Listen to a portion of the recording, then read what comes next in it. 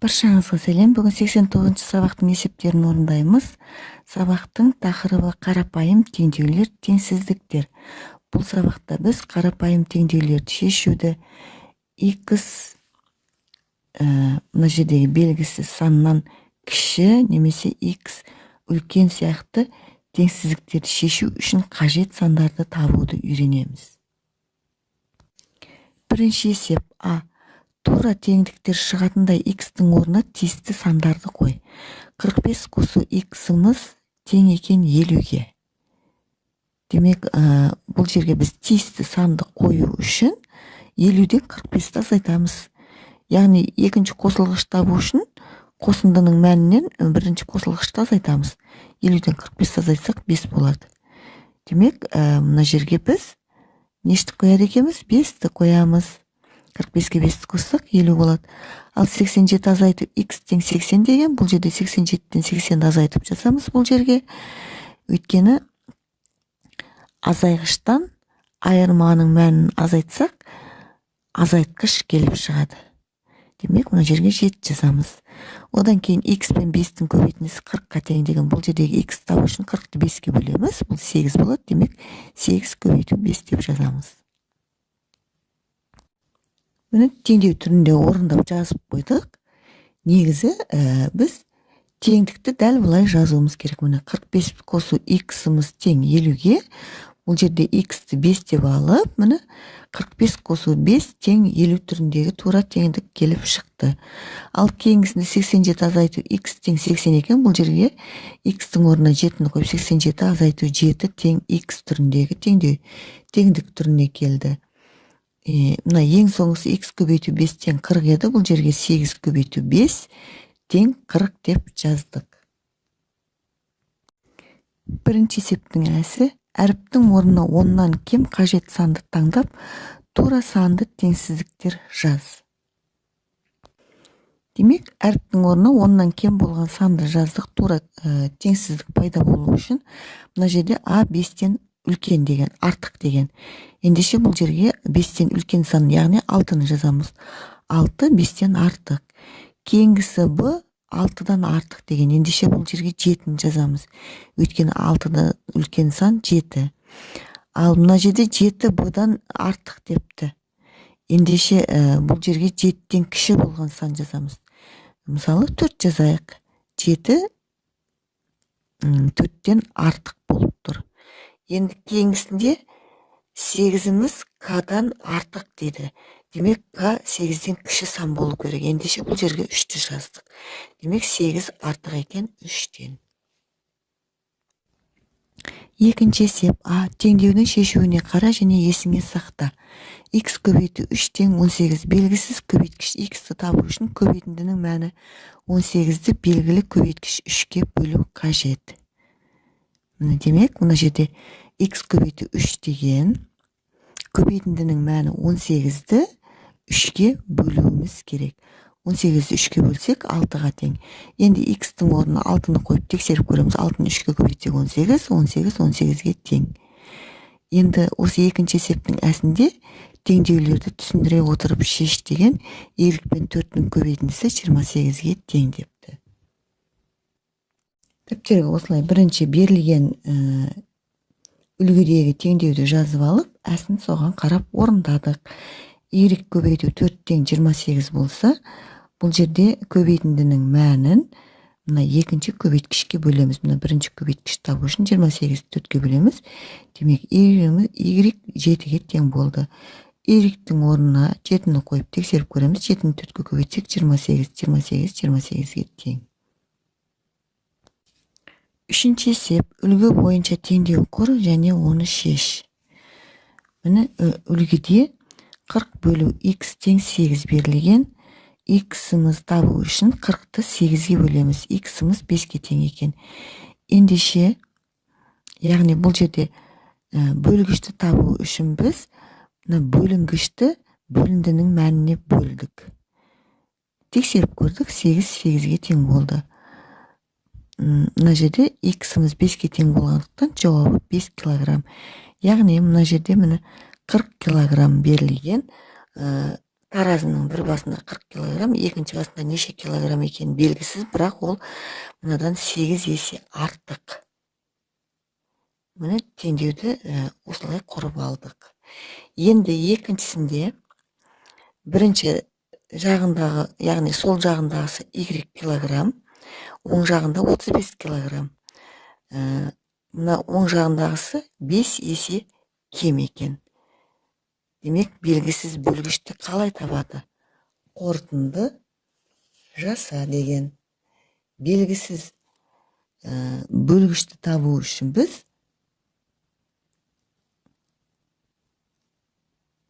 теңдеу құрып аламыз. Ол үшін бөлінгішті бөліндінің мәніне бөлуіміз керек. Дәптерге үлгідегі теңдеуді жазып алдық. Енді екінші өзіміз теңдеу құрып орындаймыз. Бұл жерде біз y-іміз 5 есе кем болғандықтан 35-ті y-ге бөлеміз. Сонда ол тең 5-ге болу керек. Яғни 5 есе кем.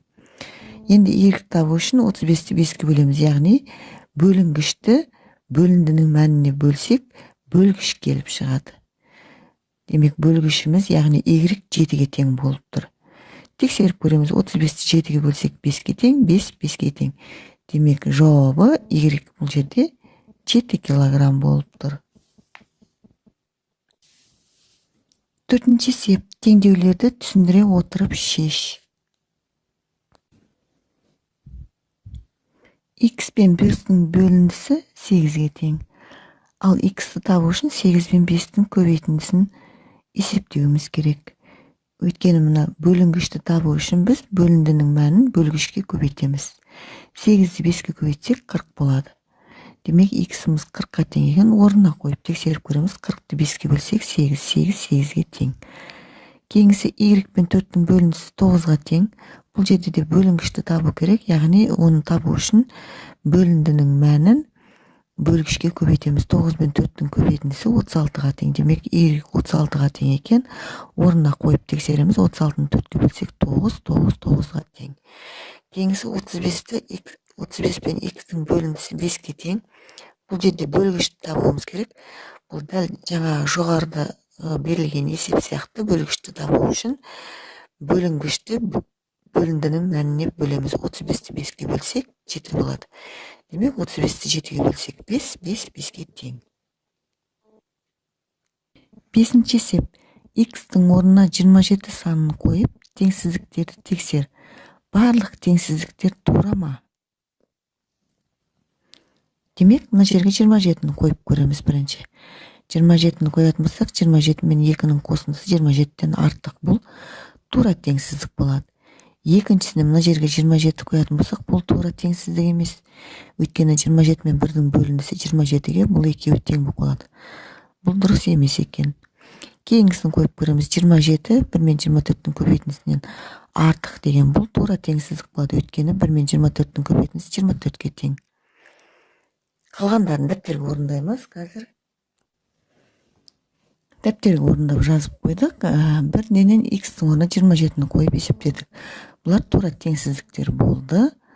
Ал мыналар тура теңсіздік емес. Тура теңсіздік емес болғандықтан үстін қызыл сызықпен сызып қойдым. 28 пен 4-тің бөліндісі 7-ге тең болады, ал 27 одан артық болады, кем емес. Бұл жерде кем деп қойған. Мына жерде 0 x-тан кіші деген, яғни x-тің орнына 27 қоюымыз керек. 27-ні қойдық, бұл дұрыс теңсіздік болды. Ал мына жерде 27 мен 1-дің қосындысы, мына 27 артық 27 мен 1-дің қосындысынан депті, бұл тура теңсіздік емес. Тура теңсіздік еместерді мен қызылмен сызып қойдым. Алтыншы сеп, 5 саны қай теңдеудің шешімі? Жауабын дұрыс тапсаң, Олимпиада ойындарында чемпион атанған ең жас қазақстандық спортшыны білесің. Демек, біріншісі b бөлі 5 тең 8 деген теңдеуді орындауымыз керек. Егер осы теңдеудің шешімі 5 болатын болса, бұл Бақтияр Артаев болады. Немесе екіншісін орындайтын болсақ, ол теңдеудің шешімі шығатын болса, ол Ильин. немесе мына екеуін шешетін болсақ, осының қайсысында белгісіз санымыз 5-ке тең болатын болса, сол олимпиада чемпионы, ең жас қазақстандық олимпиада чемпионы екенін білеміз. Теңдеуді шешеміз. Б мен 5-тің бөлінісі 8-ге тең екен. Б-ны табу үшін 8-ді 5-ке көйтеміз. Б 40-қа тең.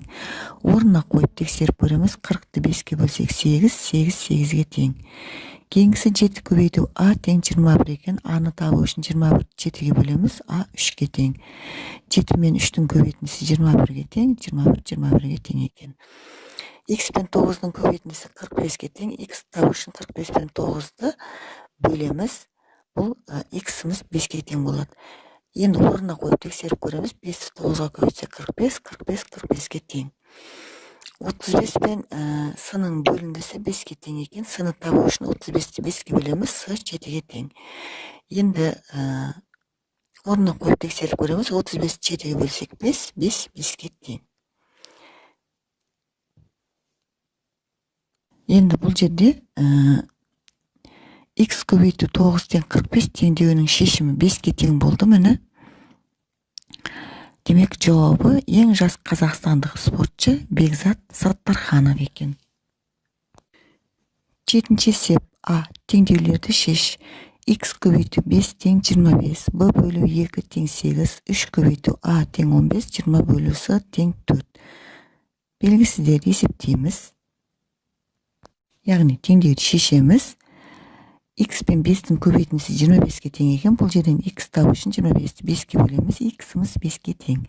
Орнына қойып тексереміз. 5-ті 5-ке көбейтсек 25, 25 25-ке тең. Енді Б мен 2-ның бөлінісі 8-ге тең екен. Бұны табу үшін 8-ді 2-ке көбейтеміз. Б 16-ға тең. 16 мен орнына қойып тексеріп көреміз. 16-ны 2-ке бөлсек 8, 8 8-ге тең. 3 пен А-ның көбейтіндісі 15-ке тең. А-ны табу үшін 15-ті 3-ке бөлеміз. А 5-ке тең. Орнына қойып тексеріп көреміз. 3-ті 5-ке көбейтсек 15, 15 15-ке тең. 20 мен С-ның бөлінісі 4-ке тең. С-ны табу үшін 20-ны 4-ке бөлеміз. С 5-ке тең екен. Орнына қойып тексереміз. 20-ны 5-ке бөлсек 4, 4 4-ке тең. 7-ші есептің әсі тура теңсіздіктерді тауып жаз. Демек, бұл жерде 4 дециметр 3 сантиметріміз 42 сантиметрден артық деген бұл тура теңсіздік. Өйткені 4 дециметріміз 40 сантиметр болады, ал 40-қа 3-ті қоссақ 43 сантиметр, 43 сантиметр 42 сантиметрден артық. Және кейінгісі 54 пен 1-дің бөліндісі 54 пен 6-ның айырмасынан артық. Яғни 54-ті 1-ге бөлсек 54-тің өзі болады. Ал 54-тен 6-ны азайтсақ 48 демек 54 48-ден артық. Осымен бүгінгі 89-ші сабақтың барлық есептері орындалды. Каналға тіркеліп лайк басуды ұмытпаңыздар. Сау болыңыздар.